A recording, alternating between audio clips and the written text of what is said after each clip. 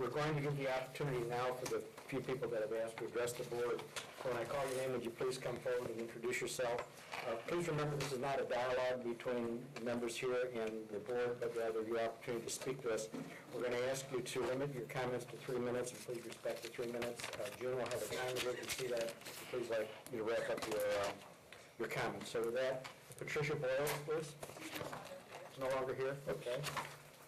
Jane Van Wogelaar.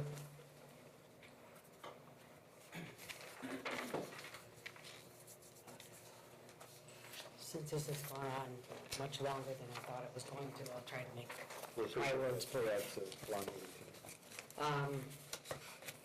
With regard to the bond issue, you are asking for $27 million in bonds. That $27 million compounded over 20 years, the reality of it is you are asking the taxpayers of Palatine for $54 million over the next 20 years for cash flow purposes. Most often, when a school district or municipality issues bonds, it is to finance a new building or permanently improve the structures that they have. It is not to pay day-to-day operating expenses. We as a district are in this dilemma primarily because this board chose to 2 union contracts this past year that we don't have the money to support. When these agreements were signed, you knew that you did not have the money coming in to support these agreements. This is not a surprise that has come up because of the current national economic crisis. I am well aware that this is basically the American way. I want it now, but I can't afford it, so I'll bring in my credit card and I'll worry about the credit card bill next month. We must all stop this way of thinking. This is exactly why we are in the economic trouble we are as a country. We may have to ask our unions to reopen their contracts. We may have to lay some people off. I hope not. We may have to stop buying new equipment for a while. We as taxpayers need to hold those we vote into office to be more accountable to those who voted them in. Our school district is the most basic level of government. If we can't be assured that you will be held accountable and represent the best interest of the taxpayer, then we as a country are headed for a much more bleak future for our children than we grew up with. Borrowing $27 million to pay day-to-day operating expenses is not the long-term solution to our problem. Don't allow our school board to place a Band-Aid over a life-threatening wound and hope that nobody notices about that until they're gone. If you believe that borrowing $27 million is not the solution, please speak up. The children deserve more responsible actions from their parents, schools, and political representatives.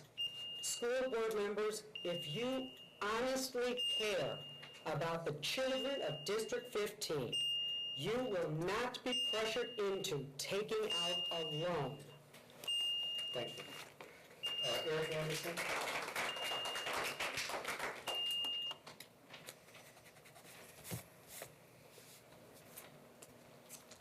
Thank you, Dr. Chapman, members of the board. Appreciate this opportunity to address you this evening. My name is Eric Anderson. I've lived in this district for 23 years. I've benefited from the education of my 2 children, including Daniel Anderson, who was honored here earlier this evening. Congratulations. It is through the passion and dedication of teachers like Ms. Lee from the music department that students like my son and the others recognized here tonight helped the district achieve its goal of providing world-class learners. While my original intent was to attend this evening's meeting in honor of my son's achievement, I'm very troubled by the proposed actions contemplated by the board later in the agenda. Since a key goal of the district is to encourage constituent involvement and satisfaction, I'm choosing to address the board this evening. For the past 19 years, I have been a municipal bond investment banker, just like Ms. Hennessy. So I have subject matter expert understanding of what is being proposed here this evening. While my firm was not provided an opportunity to respond to the district's financing needs, I'm not here to take issue with that, nor am I here to criticize the outcomes of the presentation provided by Ms. Hennessy. She delivered on the policy provided to her by administration. What I do wish to do is alert the Board of Education and the community that pays taxes to District 15 of the very costly financial plan being considered by the board this evening. The borrowing of $10 million of working cash will cost the district $7.9 million of interest, while the capital project debt will cost over $13 million of interest, if borrowed at $15.9 million.